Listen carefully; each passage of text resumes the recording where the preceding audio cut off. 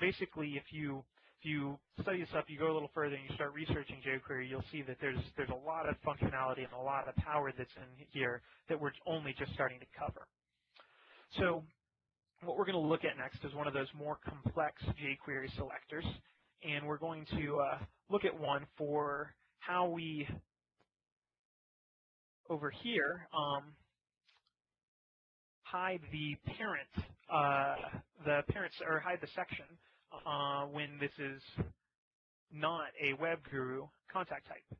So you'll see right now if we select, someone like the computer curmudgeon or the ancient dinosaur. Oh, let's disable this breakpoint since we don't need that anymore. It will, let's give it a moment to finish loading.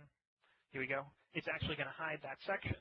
And so without jQuery, there are a lot of ways to, there are ways to hide an entire section of fields. But they usually rely on, they take maybe 3 or 4 lines of code, and they usually rely on the section being in the same place all the time. So if you start to move your form around, you're probably going to break that JavaScript, and you're going to have to go back in and change it and tell it which section to look at. Well, with jQuery and one of those more complex selectors, we can actually have it select the form by the name of the form, by the title of the form, so that no matter where it is, no matter what tab it is on, no matter what, it'll always find it and select it appropriately. And so the jQuery to do that is this line right here. And you can see our selector is a little more complicated. So we've got the same start. We're saying give us all the elements that have the class MS CRM form section bar. But we have this extra section here, contains web. And this does exactly what it sounds like. It's looking for all the elements where their inner text contains the string web. And so here basically we're basically finding this element right here, this place where the title web and social media information is. And then once we've got that, we're selecting a couple parents up, and that gives us the actual element that that controls whether or not the whole section displays, and we can set its style.display value equal to none, and then it hides it. So if we move that section around, it's not going to matter. We're still going to continue being able to hide it no matter what. And so that's kind of the first example of this more complex jQuery type selector, where we're not only looking at the class of the elements of the document object model, but we're looking at what their inner text is. And you can do this for specific attributes as well. So that kind of covers your more complex jQuery scenarios, and once you sort of start to get a grasp around that and around how jQuery behaves, you actually get the ability to start thinking about your the CRM form as an entire HTML document object model, and you can actually start to sort of set up your ISV config file. So set up where you can add custom buttons to a contact or custom left-hand navigation elements or anything like that to make it your life easier and set it up so that you can essentially almost tag elements in your ISV config in such a way you can quickly grab them using jQuery. And the example we have for this is over here. You'll see we've got a couple custom areas. So custom links that we've got, right now they don't do anything but point to about blank, but these are custom left-hand navigation elements that are defined in our ISV config file, where you can define custom buttons to go across here, and you can define custom left-hand navigation elements and all of those things. And we've named each of these areas with the name custom in front, so that what we can do is using jQuery, we can go select all of them at once and change their behavior. So you can see here, if I select someone who's not a web guru, then we actually disable them. So you can't click on them, they get grayed out, just like if it was a new record and it was these were related record areas. And if you look at the code we have for that, we have yet again a kind of similar complex jQuery selector, where what we're doing is we're looking for everything that has the class MS CRM nav subarea link, And in this case, we're looking at what their attribute, their ID attribute is. So we're looking for everything where the ID attribute, and that's what these brackets mean. This means look for everything where an attribute meets a certain criteria. And then this means begins with, so that the caret followed by the equal sign means begins with a string. So we're looking for everything.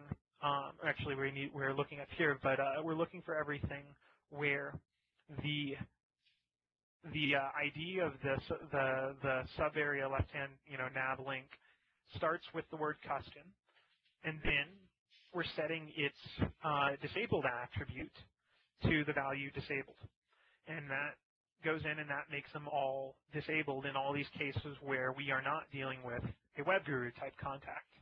When we are dealing with them, we do the same selector and we just reverse the process by removing the disabled attribute that we added on to all those links when they weren't a web guru.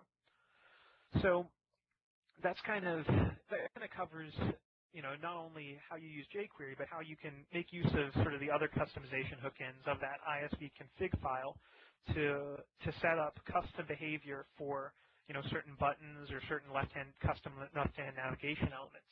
And you can do all sorts of neat things like that. Like, for example, one of the features that's often sort of requested by developers and ISVs inside of CRM is to have those ISV extensions that lets you make, add those custom links and custom buttons up at the top to be enabled or disabled based upon the user's current security role. So if you can have a function that actually calls out to the CRM database and gets what the user's current security roles are and checks that they have a certain security role, you can then use jQuery to enable or disable your left-hand navigation elements or your custom buttons accordingly, as long as you give them some sort of name that you can filter them by inside of your ISV config file. So that basically covers the jQuery section of this webinar. Just to recap, the big things to understand about jQuery is it's all focused on this idea of a selector, that you basically write these short little concise statements where you say, give me all of the elements in the DOM that meet some criteria. And you can, we've only covered probably not even, a tenth of all the various combinations and ways you can write your selectors. So it's definitely something where there's a lot more flexibility than we're even getting to cover here, and it's incredibly powerful. That really, if you can imagine, if you can write out in just in terms of logic how you want to search for selectors, you can come up with a jQuery statement to do it. It covers pretty much every scenario. So the last thing we're going to do is we're going to look at how you can essentially have the form behave dynamically and retrieve data from the database without having to do a refresh, without having to do a post back or anything like that. And to do that, we're going to show an example of essentially having a iframe to dynamically load a page once it's generated. So we need to comment out some code here to do that. And I'm going to save this version and copy it over into our ISV folder.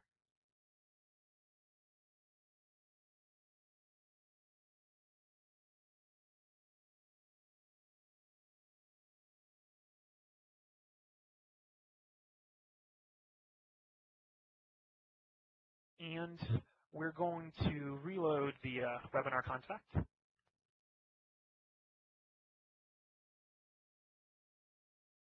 And what you'll see here is we'll go over to this iframe, this iframe tab we've got here, and we've got a little splash page that's telling us that we're having a SharePoint site get created.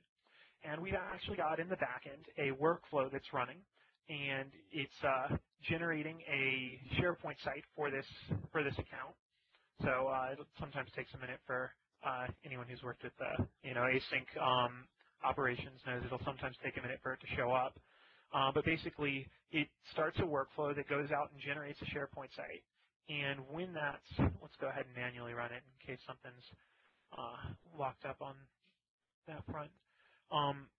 It'll start it'll basically go out and generate a SharePoint site. And when that SharePoint site is actually done generating, it's going to, in real time, refresh that iframe and display the site. So we can see it's in progress now. And basically, we give it a couple minutes, and in a second here, we'll see this whole splash page be replaced by the actual SharePoint site that gets made.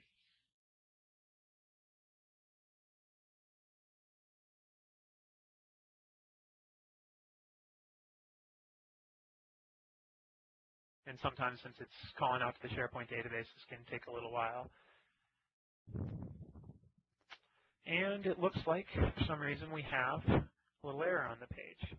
So we'll go ahead and look at what we'll just go ahead and refresh it. And it may be need to do this once more to show you guys this, and then we'll talk through the code.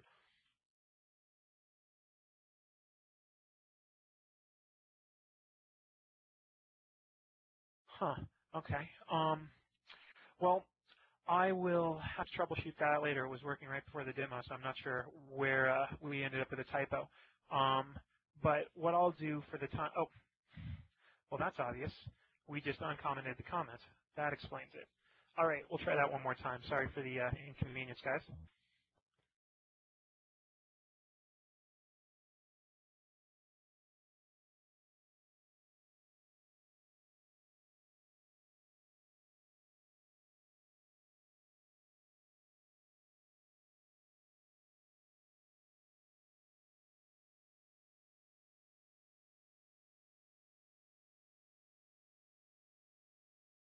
All right, let's try that again.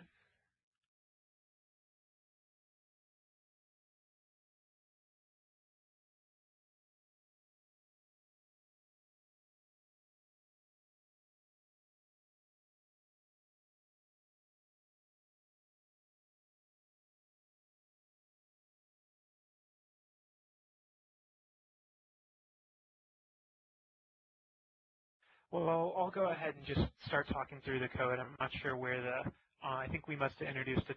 Oh, okay. We had another place where I commented out the comment. All right, third time's the charm.